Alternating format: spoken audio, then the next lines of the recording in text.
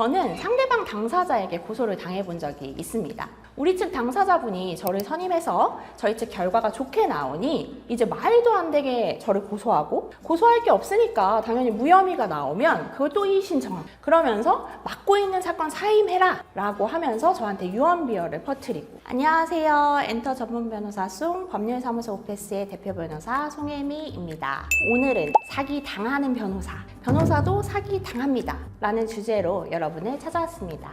매번 너무 엔터 하는 것 같아서, 또 엔터 전문이라고 해서 다른 사건을 아예 못하는 건 아니기에 색다른 주제로 이야기해 보려고 합니다. 그럼 같이 시작해 보겠습니다. 여러분, 원래 또 변호사들이 자기 계약에 약합니다. 저만 그런가요? 네, 계약서 꼼꼼하게 봐야 하는데요. 한번 자세히 다 읽기는 하는 것 같습니다. 또 중요한 계약에서는 특약사항을 넣기도 하고, 핸드폰 개통 계약을 맺어도 꼭 사본을 챙겨 보관해 두기는 합니다. 그렇다고 드라마에서 보는 까칠한 변호사처럼 이 조항은 잘못되었습니다, 고치시죠, 막 일상생활에서 그러지는 않습니다. 의뢰인의 계약서는 꼼꼼하고 날카롭게 보지만 제 계약서는 일할 때만큼 꼼꼼하게 보지는 않는 것 같아요. 인테리어 사기뿐 아니라 보이스피싱 당한 변호사, 전세 사기 당한 변호사 여럿 있습니다. 근데 아직 로맨스 스캠은 들어보진 못한 것 같아요. 최근에 저도 문자를 받았는데 농협에서 장기우수 고객님에게 선물을 준다고 링크를 보낸 거예요. 저는 농협 안 쓰거든요. 장기우수는커녕 고객이 아닌데 장기우수 고객이라고 하니 바로 보이스피싱이구나 알았죠. 근데 만약 제가 농협을 거래하고 있었다면 정말 깜빡 넘어갔을 거예요.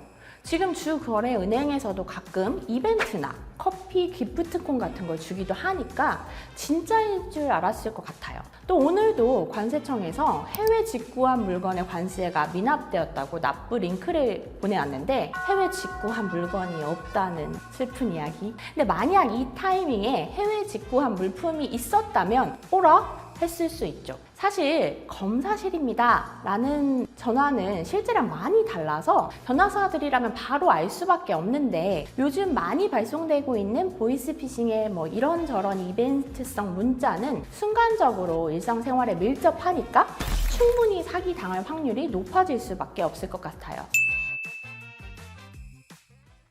전에 어떤 변호사님이 보이스피싱 검사실 연락 받고 너네 진짜랑 뭐가 달라 라고 첨교육 하시는 걸 봤는데 댓글에 그럼 진짜처럼 더 진화할 거다, 지금 알려주는 거다 라고 하시더라고요. 그래서 그게 정말 찐일 것 같아서 뭐가 다른지 말씀은 자세히 안 드릴게요. 다만 정말 많이 다르다는 점 말씀드리고 싶고, 딱 한 가지만 이야기하면, 여러분, 대한민국 검찰청은 공문에 그렇게 공을 들이지 않습니다.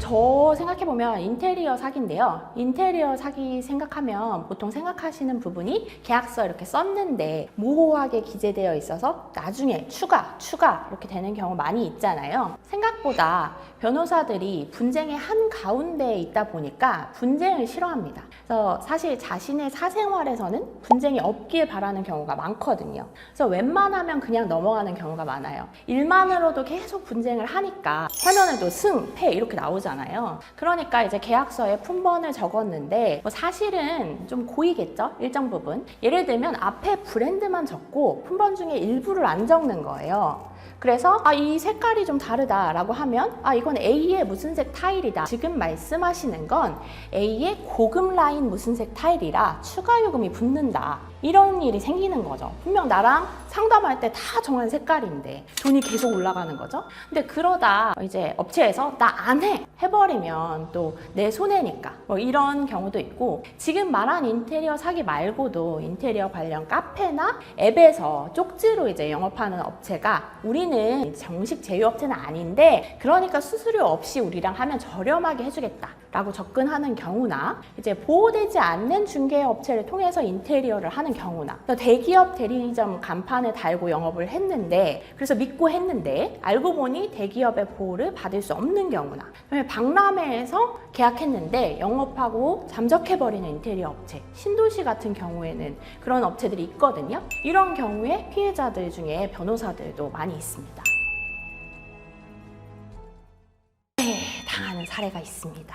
변호사를 스토킹하는 의뢰인도 있고요. 네, 저는 상대방 당사자에게 고소를 당해본 적이 있습니다. 우리 측 당사자분이 저를 선임해서 저희 측 결과가 좋게 나오니 이제 말도 안 되게 저를 고소하고, 고소할 게 없으니까 당연히 무혐의가 나오면 그걸 또 이의신청, 그러면서 맡고 있는 사건 사임해라 라고 하면서 저한테 유언비어를 퍼뜨리고, 사실 그럼 주변에서는 무고죄 고소하라 라고 하는데요. 아까 이야기 드린 것처럼 변호사들이 자신이 분쟁의 중심에 있는 걸 별로 안 좋아하고, 또 고소 대리인을 하니까 고소 과정을 다 알고 그 후에 내가 얻을 최선과 최악의 결과를 다 알잖아요. 그러니까 사실 무고죄로 고소를 하면 또 그 사람 봐야 되니까 그냥 안 하긴 했습니다. 다만 아까 우리 측이 승소했다고 했잖아요.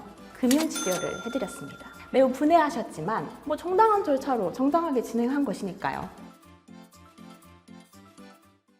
사실 사기라는 것이 피해를 100% 원상복구해내기가 힘듭니다. 저희가 지금 맘카페 상품권 사기 사건 피해자분 대리를 하고 있는데, 그 사건에서도 피해금을 보전해드리기가 참 어려운 부분이에요. 그래서 안 당하는 게 제일 좋은 건데, 일단 요즘 유명인 사칭 사기, AI를 이용해서 막 영상도 올리고 변호사들을 사칭하기도 하더라고요. 자, 변호사를 사칭할 시에는 변호사에 대해서 검색 꼭 한번 해보시기 바랍니다. 해당 변호사 소속 사무실에 해당 변호사의 재직 여부를 확인해 보시기를 권해드립니다. 문의해 보시면 아마 사기 여부는 충분히 확인이 가능하실 거예요. 자, 오늘 엔터 변호사 송과 함께하는 변호사도 당하는 사기에 대해서 함께 이야기 나눠봤습니다. 궁금하신 내용이 있으시면 댓글 또는 아래 하단 링크로 연락 주시면 자세한 상담 도와드릴게요.